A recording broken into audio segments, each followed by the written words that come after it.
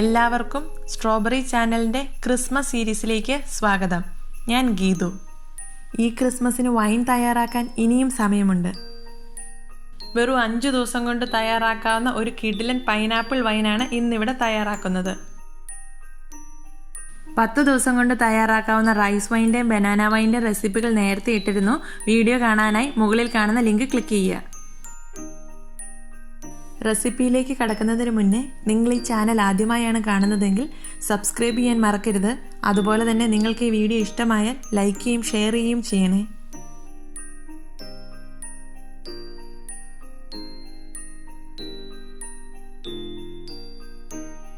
Pineapple wine തയ്യാറാക്കാനായി 1/2 kilo പൈനാപ്പിളാണ് ഞാനിവിടെ എടുത്തിരിക്കുന്നത്.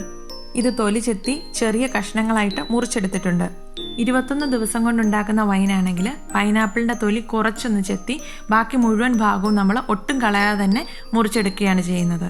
ഞാനിവിടെ 5 ദിവസം കൊണ്ടാണ് വൈൻ തയ്യാറാക്കുന്നത്. അതുകൊണ്ട് ഈ പൈനാപ്പിളിന് തന്നെ അലിഞ്ഞു വരാൻ സമയമില്ല. അതുകൊണ്ട് ഇത് മിക്സിയിലിട്ടൊന്ന് അടിച്ചതിന് ശേഷമാണ് വൈൻ തയ്യാറാക്കുന്നത്. അതിനായി മിക്സിയുടെ വലിയ ജാറിലേക്ക് കട്ട് ചെയ്ത് വെച്ചിരിക്കുന്ന പൈനാപ്പിൾ കഷ്ണങ്ങളിട്ട് നന്നായി ഒന്ന് അടിച്ചെടുക്കാം.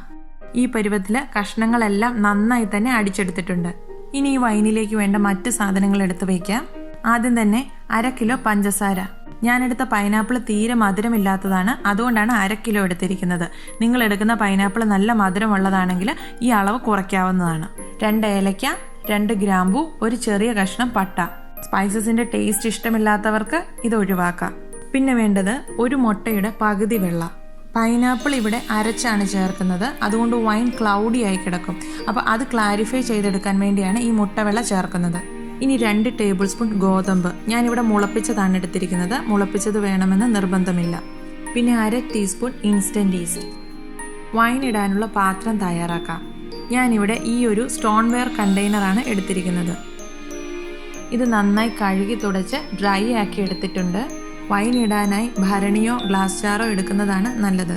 ഇനി ഇതിലേക്ക് അരച്ചു വെച്ചിരിക്കുന്ന പൈനാപ്പിൾ ഒഴിക്കുന്നു. അതിനു മുകളിലായി പഞ്ചസാര ഇട്ട് കൊടുക്കുന്നു.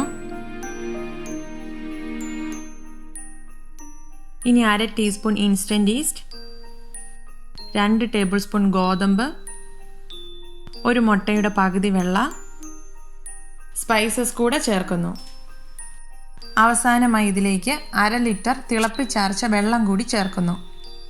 ഇനി ഇത് കഴുകി തുടച്ച് ഉണങ്ങിയ ഒരു തടിത്തവി കൊണ്ട് അടി ചേർത്ത് നന്നായി ഇളക്കി മിക്സ് ചെയ്യാം. 2 മിനിറ്റ് ഇളക്കിയാൽ മതിയാവും. ഇത് ഫെർമെൻറ്റ് ചെയ്ത് കുറച്ചൊന്ന് പൊങ്ങി വരും. അതുകൊണ്ട് വൈൻ ഇടുന്ന കണ്ടെയ്നറിൻ്റെ 1/4 ഭാഗം വരെ മാത്രമേ നിറയ്ക്കാവൂ. ഇനി ഇത് അടച്ച് ഭദ്രമായി മാറ്റിവെക്കാം. നിങ്ങൾ ഉപയോഗിക്കുന്നത് ട്രാൻസ്പെറൻ്റ് ആയിട്ടുള്ള ഗ്ലാസ് ജാർ ആണെങ്കിൽ സൂര്യപ്രകാശം അടിക്കാതെ ഷെൽഫിനുള്ളിൽ സൂക്ഷിക്കേണ്ടതാണ്. വൈൻ ഇടാൻ ഉപയോഗിക്കുന്ന കണ്ടെയ്നറിന് ഇതുപോലെ വാഷറൊക്കെ ഉള്ളതാണെങ്കിൽ ഇത് അതേപടി അടച്ചു വയ്ക്കാം.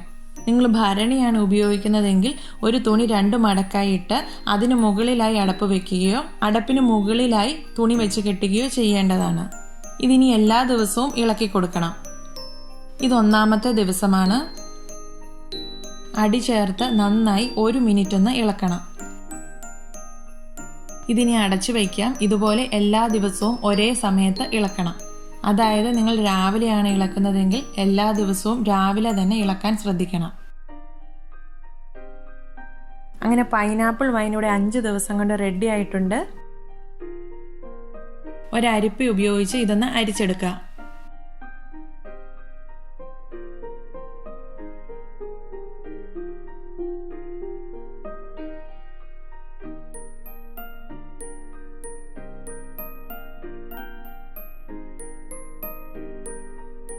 പൈനാപ്പിൾ അരച്ചിട്ടതുകൊണ്ട് അരിപ്പയിലൂടെ അരിച്ചതിന് ശേഷം ഒരു തുണി ഉപയോഗിച്ചുകൂടി അരിക്കുന്നുണ്ട്. അങ്ങനെ പൈനാപ്പിൾ വൈൻ ഇവിടെ റെഡി ആയിട്ടുണ്ട്. ഇതിനിപ്പോൾ തന്നെ നല്ല വീര്യമുണ്ട്. ഇതൊരു കുപ്പിയിലേക്ക് ഒഴിച്ചു വയ്ക്കാം. ഈ കുപ്പി അനക്കാതെ ഒരു ദിവസം വെക്കുകയാണെങ്കിൽ ഇതിലെ മട്ടി അടിഞ്ഞ് നല്ല ക്ലിയർ ആയിട്ടുള്ള വൈൻ കിട്ടുന്നതാണ്.